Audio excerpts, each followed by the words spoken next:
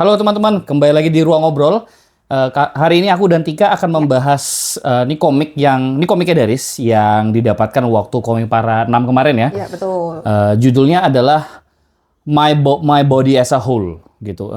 Ini kalau nggak salah, Tika ini adalah komik tugas akhir dari seorang mahasiswa atau mahasiswi di ISI. Gitu. Gendernya nggak ketahuan ya? Aku juga nggak belum boleh asumsi gender ya? Tidak boleh diasumsikan karena ini kan waktu itu juga kayaknya dititipin. Jadi nggak tahu ini kemudian yang kemarin melakukan transaksinya itu di booth-nya tuh siapa kayak gitu. Nah, mungkin bedanya teman-teman dengan karya-karya tugas akhir yang kebanyakan sudah direview di channel Ruang Ngobrol selama ini adalah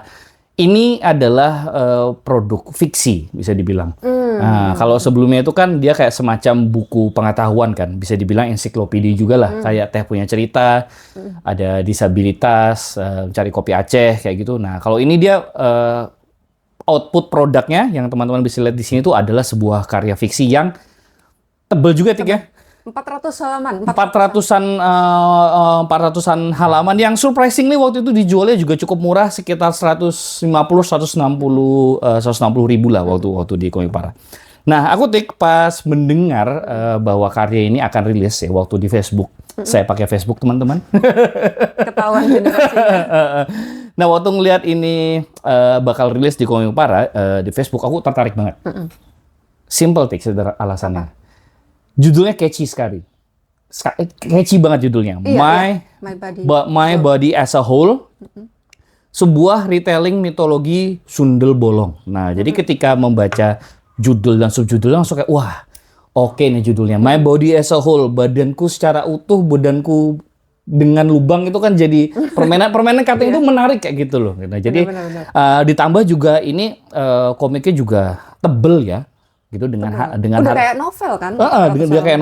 Kayak novel dan dengan harga yang terjangkau juga. Jadi ini betul-betul salah satu produk yang diperebutkan waktu Komik Para hari pertama. Iya, memang. Bener. Karena aku kan ngambilin ya, kurir kan, saya cuma kurir. Ngambil itu juga waktu ke booth-nya itu udah sold out gitu. Itu padahal masih siang, setengah harian gitu udah sold out. Ya, memang banyak mengincar kan, memang kayak impresinya sama seperti aku tadi. Ini tuh memang produk yang kelihatan oke banget dan judulnya catchy banget kayak gitu loh. Nah, setelah dibaca memang ini ceritanya nggak cuma soal retelling mitologi Sundel Bolong. Ternyata komik ini juga mengangkat tema yang cukup sensitif dan cukup serius juga, yaitu soal KS ya. KS atau kita bisa bilang kekerasan seksual kayak gitu, dan di institusi pendidikan ya. Di sebuah institusi pendidikan. Nah, ini penting banget ya konteks latar ceritanya, karena ya kekerasan seksual itu kan terjadi di banyak hal ya. Nah, kali ini tuh spesifik di sebuah institusi pendidikan. Nah, apa ya Tik ya? Ketika aku membaca ini kan titik berangkatnya ceritanya itu adalah tokoh utamanya yang bernama Sandra yang kemudian bangkit dari alam kematian. Sandra ini hantunya. Ya, simpelnya adalah Sandra ini adalah si Sundel Bolong yang diceritain di sini. Iya, Sandra itu adalah seorang seorang mahasiswi yang belajar di sebuah institusi pendidikan, yang kemudian dia menjadi korban kekerasan seksual. Kemudian dia melakukan bunuh diri, dan setelah dia bunuh diri, dia bangkit kembali sebagai seorang sosok Sundel Bolong gitu.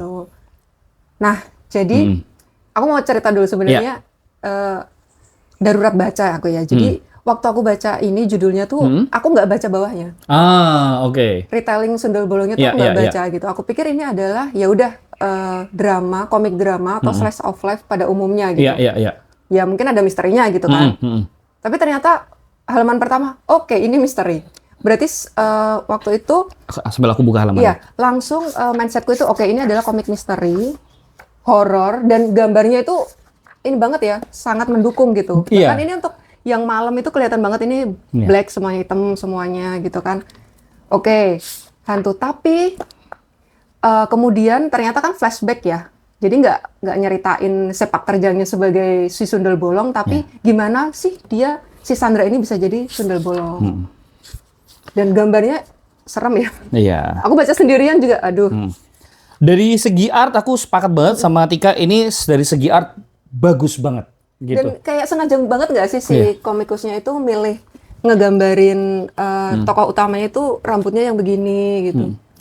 Ini artnya tuh bagus banget gitu. Jadi ketika kita masuk ke aspek horornya dari komik ini, secara visual ini udah terasa cukup, cukup mencekam teman-teman.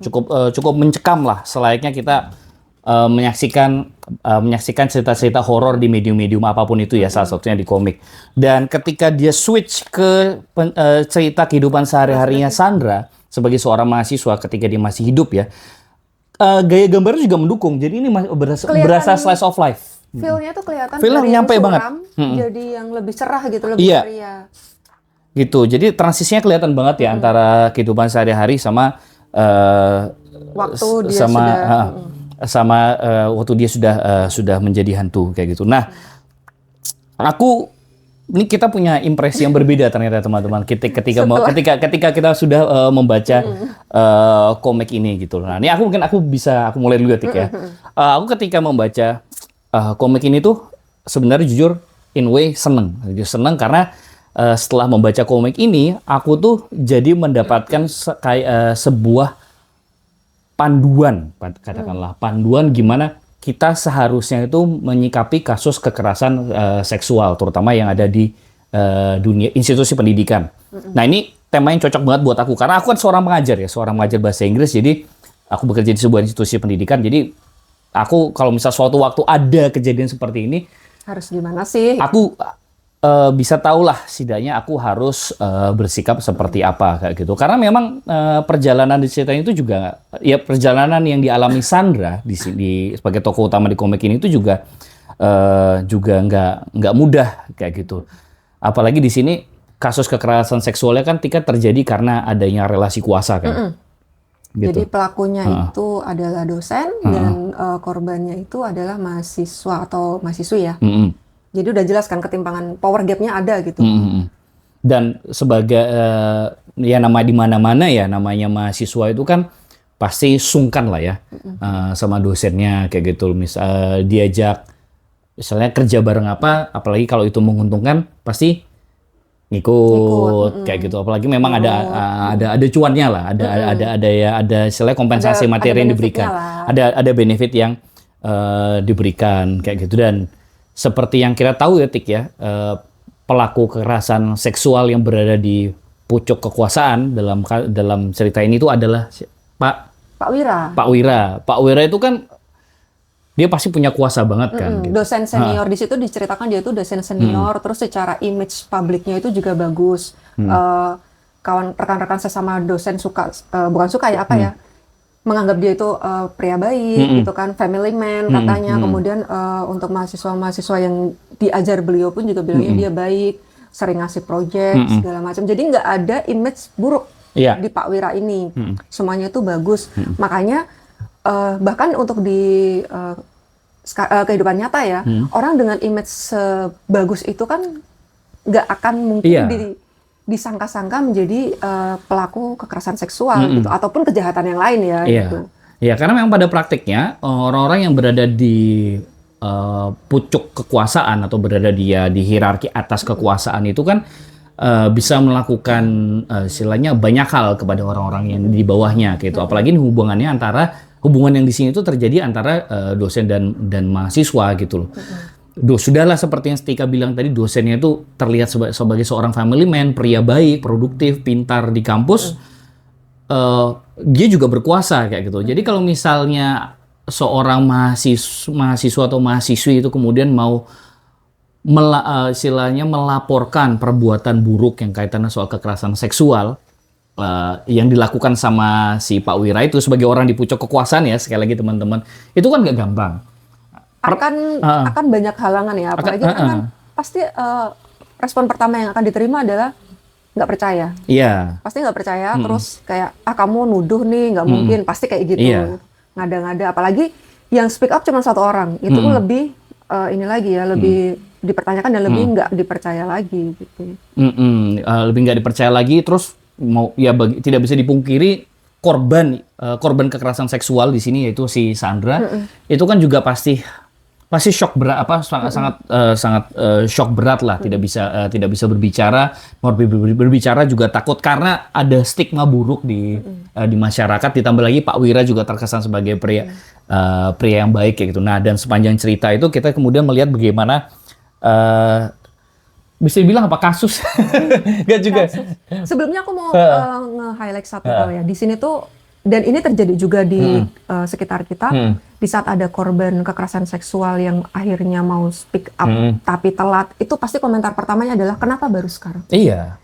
Padahal secara psikologis ini kan itu sesuatu yang wajar gitu loh, wajar terjadi. Kayak simpelnya gini aja sih, kayak kita lagi kena musibah apa. Iya. Kita kan nggak bisa langsung cerita saat itu juga. Iya. Pasti butuh waktu untuk menenangkan diri. Iya. Itu yang misalnya kayak sesimpel ini deh, kejedot pintu gitu. Kan kita bisa, aduh aku jedot pintu nih gitu, cerita tadi gini-gini, nggak bisa. Pasti kan ada shocknya dulu, kita mencerna dulu, kita harus gimana, kita ngapain, kita tata dulu perasaannya. Itu sesimpel kejedot pintu. Apalagi ini yang sampai melukai dia gitu kan, melukai dia fisik dan mental gitu. Pasti butuh waktu untuk menenangkan dirinya lebih lama. Belum lagi nanti, dan ini kan juga kejadian ya, stigma sosial bahwa pelaku kekerasan seksual itu kan selalu kena victim blaming ya. Betul. Kenapa nggak ngelawan? Alah kamu paling juga ikut nikmatin dan lain sebagainya, benar-benar mendegradasi si korban. Dan akhirnya orang-orang yang mengalami hal itu mau cerita udah males duluan. Iya, kayak gitu. Nah, dan ternyata pengalaman-pengalaman yang sangat berat ini teman-teman, itu tuh juga nggak cuma dialami sama Sandra. Ternyata juga ada korban lain. Ternyata itu juga ada korban lain kayak gitu loh. Korban lain itu juga pengalaman yang sama kayak gitu. Takut mendapatkan stigma masyarakat, dapat cemoohan masyarakat. Belum lagi kalau bisa berhadapan sama orang yang punya kuasa, itu juga belum tentu ini kemudian kasusnya mau didengar dan terselesaikan gitu. Ditambah lagi juga karena hampir semua tokoh yang berperan di sini itu adalah mahasiswa, semua itu juga punya rasa sungkan gitu. Mau kenapa kalau misalnya mau mengkasuskan ini kan yang terancam kehidupan karir mereka. Betul. Mungkin kalau ada yang ngambil beasiswa juga yang kena beasiswa mereka juga kayak gitu. Apalagi kalau yang dihadapi orang berkuasa ini kemudian. Nah, ditambah lagi Pak Wira ini terkesan sekali lagi ya, highlight-nya adalah family man, orang yang baik, itu kan bisa takutnya tuh memutar balikan fakta kayak gitu ya. Sehingga korban ini tuh bisa berubah korban dan saksi itu tuh bisa berubah menjadi istilahnya pelaku kasus yang baru yaitu ya, iya, pelaku, takutnya kan menjadi kayak pelaku pencemaran nama fitnah, pencemaran nama baik. Nah, pencemaran nama baik. Nah, dan ada satu lagi yang aku ingat dari ini. Begitu terungkap nih kalau Pak Wira ini adalah pelakunya atau baru disinyalir sebagai pelakunya, itu bahkan ada yang komentar, kok tega banget sih matiin rezeki orang. Iya, ya. Dan di sini tuh digambarkan dengan jelas ya teman-teman, gimana kemudian penanganan kasus ini tuh tidak gampang. Sudahlah, kita harus menghadapi orang yang pucuk kekuasaan, menghadapi trauma, menghadapi stigma masyarakat. Belum lagi kita menghadapi istilahnya teman-teman mahasiswa itu tuh yang juga pandangannya misoginis juga. Itu nggak mudah kayak gitu. Terus gimana kemudian menghandle berita-berita viral di internet terkait kasus ini kayak gitu, sampai semuanya kemudian gimana kemudian kasus ini itu dipandu oleh pihak-pihak kampus yang terkait kayak gitu. Gimana juga sampai pada akhirnya tuh Pak Wira tuh kemudian mendapatkan nggak cuma sanksi sosial ya, tapi mendapatkan sanksi struktural sampai di mana dia kemudian dipecat ya kalau nggak salah ya. Awalnya nggak bisa ngajar, tapi masih bisa riset, masih datang ke kampus lah dengan kegiatannya yang lain selain ngajar itu. Tapi setelah ada insiden yang didatengin Sandra itu, barulah terus sanksinya lebih berat lagi karena akhirnya dosen-dosen yang lain pun udah kayak udah nggak bisa dibela lagi yang ini gitu. Nah, aku sebagai laki-laki ya nih, Tika dan teman-teman, aku pertama membaca ini jelas bersimpati sekali kepada korban. Nah, terlebih lagi aku sebagai laki-laki ini membaca itu sebagai sebuah tamparan juga buat aku gitu loh. Aku sebagai laki-laki Islam, kayak gitu. Itu kan punya istilahnya privilege yang berlapis-lapis kayak gitu loh.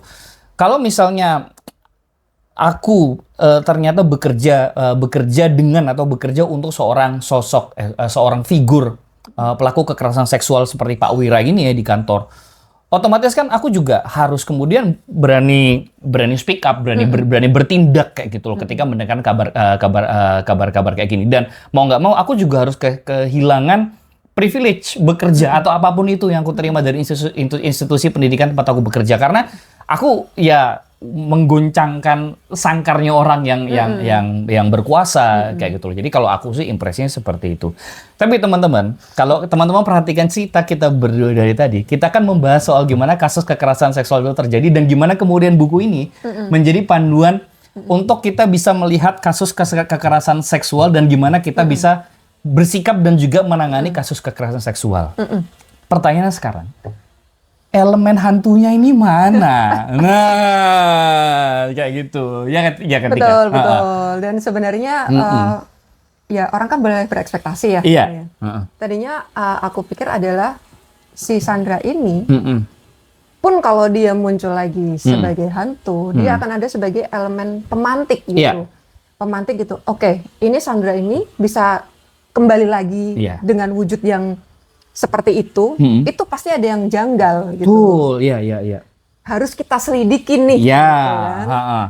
Nah, akhirnya masuklah kita ke proses penyelidikannya. Betul. Oke. Nah, bagaimanapun di sini teman-teman, proses penyelidikan ini semua diawali oleh sosok Sandra yang menjadi hantu. Sundel bolong. Sundel bolong, betul. Kayak gitu. Hanya saja yang mengganjal bagi kami, terutama untuk bagi Tika ya teman-teman, itu adalah gimana sosok Sundel bolong ini tuh bekerja. Betul. Gitu. Betul. Ya kalau untuk teman-teman semuanya, aku juga yang tumbuh dengan apa ya, istilahnya tradisi penceritaan gimana sih konsep hantu gitu di Indonesia atau mungkin secara umum ya di global gitu kan, kita tahu biasanya hantu itu penampakan gitu kan. Munculnya kadang-kadang gitu kan. Terus munculnya juga nggak yang umum gitu, nggak random. Maksudnya pasti ada penyebabnya gitu kan. Terus gimana mereka itu biasa ngawasin, nggak bisa ngomong, terus nggak bisa berinteraksi, nggak bisa dipegang, nggak bisa apa. Nah itu tuh nggak dipakai di sini. Iya. Di sini sosok Sandra sebagai Sundel bolong, jujur kami merasa dia lebih banyak berperan sebagai manusia, sayangnya. Nggak kerasa hantunya. Gitu. Kecuali memang ya dia digambarkan dengan sosok yang dengan bentuk yang mengerikan ya. Bukan mengerikan juga sih, kelihatan normal kok. Lebih sering kelihatan normalnya gitu daripada mengerikannya gitu. Jadi nggak kerasa sundel bolongnya mana gitu. Nah, aku tuh paham sih, mungkin autor di sini pengen memanusiakan korban, dan itu memang benar. Kita harus berpihak pada korban, dan kita juga harus bisa memanusiakan korban. Hanya saja ini kan adalah sebuah cerita fiksi yang pengen retelling cerita Sundel bolong. Nah, buat kami setidaknya teman-teman, untuk sebuah cerita fiksi retelling Sundel bolong, startnya itu kan harus dari sosok Sundel bolong dulu. Terserah kemudian dia mau dekonstruksi atau diceritakan ulang seperti apa, tapi elemen Sundel bolong kan harus jadi Sundel bolong dulu. Dalam artian dia tuh sebenarnya menjadi hantu. Nah, upaya autor yang baik ya menurut kami di sini untuk memanusiakan korban, akhirnya malah agak bablas menjadi memanusiakan hantu. Iya, bukan memanusiakan korban tapi memanusiakan hantu. Dan berlebihan menurutku ya, karena pada akhirnya mungkin memang nggak tahu ya apakah penulisnya ini memang lebih fokus untuk ini loh, mau ngasih lihat ini loh tadi yang dibilang ya, panduan untuk bukan mengatasi, untuk apa yang dilakukan kalau misalnya ada kekerasan seksual itu tuh bentrok sama apa ya, pondasi Sundel bolongnya gitu. Iya, pondasi elemen horornya, elemen mistisnya dari cerita ini. Tadinya tuh aku udah berekspektasi oke, mungkin ini adalah bentrokannya nih antara si Sundel bolongnya sama orang-orang di sekitar Sandra yang mau mengungkap kebenarannya dia gitu kan, bentroknya. Terus belum lagi yang lain yang tidak terlibat ya, maksudnya kan ada inner circle-nya, teman-temannya, ada orang-orang umumnya. Nah, apakah nanti akan bentrok di situ atau gimana? Tapi enggak, ini tuh kayak dipermudah aja gitu kan. Iya, gitu loh. Karena kita mengerti bahwa aku pernah dengar bahwa memang kebanyakan hantu Indonesia Indonesia yang perempuan kayak kuntilanak, Sundel bolong, Suster Ngesot dan lain-lain, itu tuh digambar secara alam bawah sadar itu tercipta menjadi sosok hantu yang seperti itu, yang menuntut balas setelah mereka mati. Kenapa? Karena mereka semasa hidupnya itu tidak berdaya berada di kuasanya laki-laki kayak gitu loh. Nah itu tuh start yang bagus yang sebenarnya juga pengen dibahas sama komik ini gitu. Sayangnya teman-teman kalau mau istilahnya mengkritik, kalau misalnya seandainya memang komik ini pengen mengkritik konstruksi dari sosok hantu perempuan, agak nggak kena buat kami. Karena sekali lagi, sosok Sandra sebagai sundel bolong di cerita ini, 80% itu bekerja selayaknya manusia. Mereka tuh ngumpul loh di kosan, makan martabak. Ya, Sandranya nggak makan, by the way. Sama teman-temannya lain makan di kosan itu rapat. Gimana caranya kita menangani kasus ini? Tindakan apa yang harus kita lakukan sebelumnya? Coba dulu lah. Lalu Sandra sebagai hantu juga ngasih tahu, aku ada loh buktinya di HP-ku. Ini ada loh petunjuk di sini, ada di situ. Semua tuh ditunjukkan begitu saja sebagai oleh Sandra. Yang notabene-nya di situ tuh hantu gitu yang kita semua udah ada konsepnya bahwa hantu itu tidak bekerja seperti itu di sini ya. Makanya waktu aku baca terus ini apa bedanya kalau misalnya Sandra masih hidup gitu. Atau mungkin malah justru akan lebih baik kalau dia tidak dijadikan hantu di sini. Mungkin secara konflik psikisnya antara dia dan juga orang-orang yang mencoba untuk menolong dia itu akan lebih kerasa lagi. Karena gini, gimana pun saat Sandra udah jadi hantu itu udah selesai sebenarnya. Saat Sandra apa? Sandra jadi hantu itu udah selesai. Udah selesai, maksudnya dia nggak perlu memperjuangkan sesuatu untuk dirinya. Untuk orang sekitarnya mungkin iya. Untuk menenangkan keluarganya, untuk menenangkan teman-temannya itu perlu.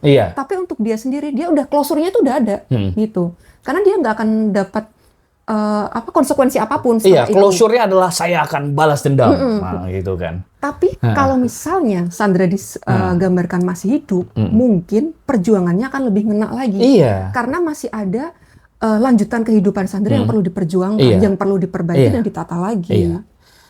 Ya, istilahnya apa ya teman? Menuntut keadilan bagi korban yang sudah meninggal itu sulit banget. Karena memang korban sudah meninggal. Kesaksian-kesaksian atau bukti-bukti itu sudah dibawa oleh korban, istilahnya ke alam sana. Gitu. Maka otomatis kalau misalnya teman-teman sekitarnya dia, sekitar korban dan keluarga korban itu menuntut balas, menuntut keadilan, maka mereka harus ada upaya mengorek kayak gitu, mengorek sendiri. Dengan ya mungkin ada detective work, bukan detektif yang terlibat ya, tapi ada upaya-upaya penyelidikan yang terlibat juga. Karena kenapa? Karena korban sudah tidak ada kayak gitu. Mereka harus ngulik petunjuk dari awal, gak ada yang bisa ditanyain kayak gitu. Sementara di sini kehadiran sosok Sandra sebagai narasumber, sebagai hantu itu seperti akhirnya jadi seperti yang Tika bilang, jadi narasumber. Betul, karena gitu. Akhirnya semuanya tuh kayak disajikan gitu loh. Apakah mungkin memang penulisnya sengaja biar ceritanya itu cepat karena fokusnya itu bukan di penyelidikannya gitu. Nah, sama yang ini aku jadi terpantik, aku jadi teringat salah satu cuplikan adegan yang ada di dalam komik kayak gitu. Pesannya bagus gitu bahwa ketika kita ingin melakukan penyelidikan kasus kekerasan seksual kepada sesama teman kita di kampus, tentu kita harus memperhatikan nama baik korban. Ya jaga-jagalah karena jatuhnya kalau salah ngomong malah jadi nyebar aib. Mungkin aku nangkapnya kayak gitu gitu loh. Cuma kan sekali lagi kita di sini sedang membicarakan Sandra yang sudah menjadi hantu. Yang sudah meninggal. Sudah meninggal. Di sini ada salah satu dialog yang bilang bahwa lain kali kalau misalnya mau ngomong soal kasusnya Sandra, ngomong dulu sama orangnya. Itu benar. Kalau kita sedang membantu kasus kekerasan korban kasus kekerasan seksual yang masih hidup.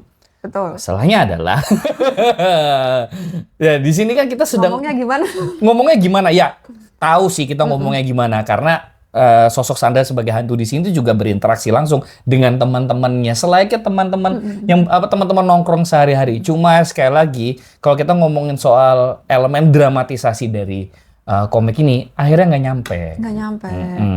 Makanya itu apakah mungkin penulisnya itu kayak apa ya, split gitu loh, ini tuh mau dramanya atau mau tutorialnya gitu.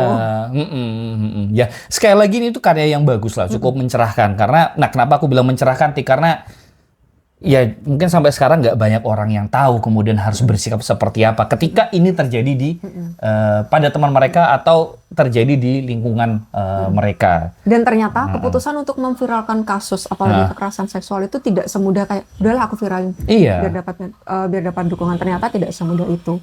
Cuman sayang memang tidak digambarkan dengan lebih dalam ya di komik ini. Dan perumpamaan soal hole di sini itu juga sebenarnya bagus in a way. Lubang di sini itu coba disampaikan di retelling ya, disampaikan ulang sebagai oleh autor itu sebagai sebuah luka batin. Kalau kita menangkapnya luka batin yang lahir karena dia menjadi korban kekerasan seksual. Dan banyak penyesalan ya. Dan juga penyesalan dan juga hal-hal yang belum terselesaikan selama dia berada di dunia. Nah, seiring kasus ini terungkap dan banyak hal-hal yang terselesaikan dan juga dibahas, luka itu menutup. Ini kan sebuah perumpamaan yang bagus sebenarnya kan. Menandakan bahwa korban ini sudah mendapatkan keadilannya. Betul, udah gitu. Healing lah. Sudah healing sehingga dia tidak sehingga lubang di dalam diri itu udah hilang.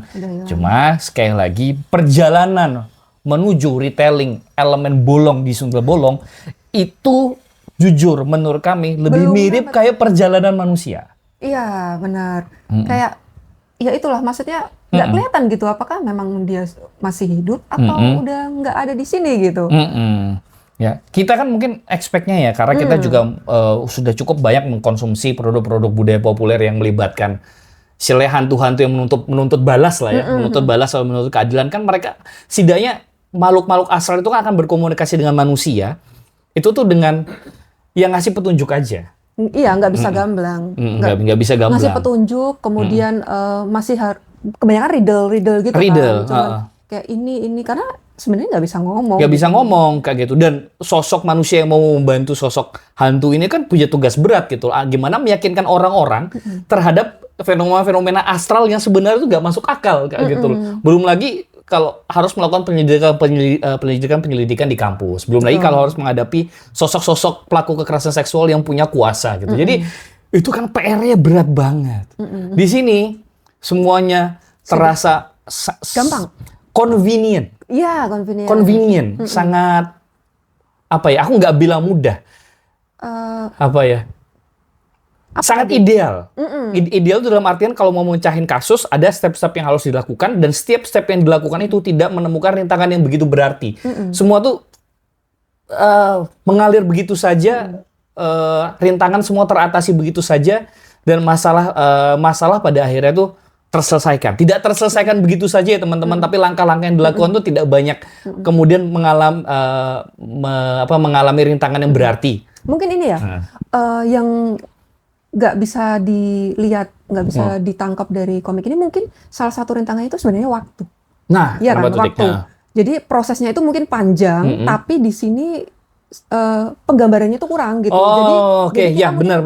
Oh ini cepat nih, ini gampang nih, ini langsung, ini mungkin waktu. Nah sayangnya itu juga kurang digambarkan gitu. Jadi elemen gimana karakter-karakter di sini frustasi banget menghadapi kasus ini dan mencari keadilan bagi Sandra, itu tuh nggak begitu berasa karena semua kalau aku bahasakan berasa kayak ngisi checklist. Oke, pertama kita harus ngapain? Begini. Kita nyari saksi, checklist. Nyari memviralkan berita di internet, checklist. Ngomong sama ini, checklist. In between ini kesulitannya seperti apa? Itu tuh nggak begitu berasa frustasinya. Dan tidak berasa lama juga in between prosesnya itu. Cuman kayak apa ya? Salah satunya dari waktu tadi yang aku notice itu adalah ya mungkin kayak keengganan orang-orang untuk speak up. Itu aja sih, dan itu kalau itu digambarkan dan memang yang kejadian di kehidupan nyata pun seperti itu, keengganan untuk speak up. Yang lainnya tuh pencarian informasi, kemudian untuk dapat ini dapat itu, info ini itu menarik. Mudah banget gitu. Jadi sense of frustration-nya tuh jujur kami agak nggak dapat. Karena ngalir aja gitu. Karena sense of time-nya ngalir aja. Kayak bener kayak baca buku panduan aja gitu. Ini begini gitu. Gitu. Jadi jujur membaca komik yang temanya bagus sebenarnya dengan cetakan yang sebagus ini dan juga halaman setebal ini teman-teman, itu agak disayangkan sebenarnya pengalaman membacanya karena kami juga mungkin sedikit agak berekspektasi juga di awal ini akan menjadi sebuah cerita misteri misteri, ya ada detektif. Ada penyelidikannya, ada elemen misteri penyelidikannya itu yang mana itu nggak mudah, dan ketika baca komik ini rasanya semua itu berasa lebih convenient aja. Betul. Dan jangan lupa ini kan ngomongin kekerasan seksual. Iya. Kalau misalnya elemen dramanya kurang juga sayang banget gitu. Itu berarti nggak optimal. Karena kalau misalnya nggak ngulik emosional korban dan orang-orang di sekitarnya itu kan ya ngapain gitu. Akhirnya malah jadi kayak kasus biasa gitu. Kayak kasusnya Conan aja gitu, nggak ada rasa-rasanya gitu. Jadi kedalamannya agak kurang tik, dirasa kurang tik ya gitu. Iya. Ya, tapi bagaimanapun teman-teman, terlepas dari hal-hal yang kami sampaikan tadi, kritik-kritik yang kami sampaikan tadi, ini ada sebuah produk yang bagus. Ngebeli ini nggak akan rugi. Nggak. Apalagi artnya bagus. Artnya bagus banget teman-teman. Artnya bagus. Ngebaca itu ada bagian yang dia itu full backgroundnya black, hitam. Ada yang putih, dan ini bener-bener apa ya? Nambah feel aja sih, nambah mood sama vibe-nya waktu baca gitu. Kalau soal art bagus nggak banget. perlu ditanya, nggak perlu dibahas, itu udah oke, keren banget. Ini memanjakan mata. Soal cerita juga cukup oke kayak gitu. Detail-detailnya juga bagus. Aku yang notice banget itu adalah waktu mereka jalan ke danau. Rawa ya? Iya, ke rawa. Waduh, sebelah mana tuh? Agak sini. Jadi tuh aku notice-nya adalah ini waktu depresi. Jadi waktu ngegambarin rawa itu si komikusnya atau penulisnya, nah ini bukan ya. Dia itu bahkan ngasih lihat ada ini loh, jalan rusak. Oh iya. Ada jalan rusak. Ini bukan sih jalan rusak. Ini. Iya. Aku nggak tahu ada filosofi apa atau yang iseng aja gitu. Cuman detail kayak gitu tuh buat aku menarik. Iya, attention to detail di komik ini oke banget. Gitu. Karena attention to detailnya bagus, penggambaran slice of life-nya bagus. Nah, karena penggambaran slice of life-nya bagus, ini jadi berasa real banget kalau ini bisa saja terjadi dan atau bahkan sedang terjadi di sekitar kita. Gitu. Itu aja sih palingnya teman-teman. Tika, ada yang mau ditambahkan lagi mungkin? Oke, itu aja teman-teman. Review kami dan bahasan kami soal My Body as a Whole. Kalau mau ngobrol-ngobrol soal komik ini, langsung aja dibahas di kolom komentar. Jangan lupa like, share, dan subscribe. Dan sekarang klik tombol hype. Nah, kalau misalnya nonton YouTube ya pada pakai HP gitu. Oke, teman-teman, sampai jumpa lagi di ngobrolan dan review-review komik lokal berikutnya. Dah.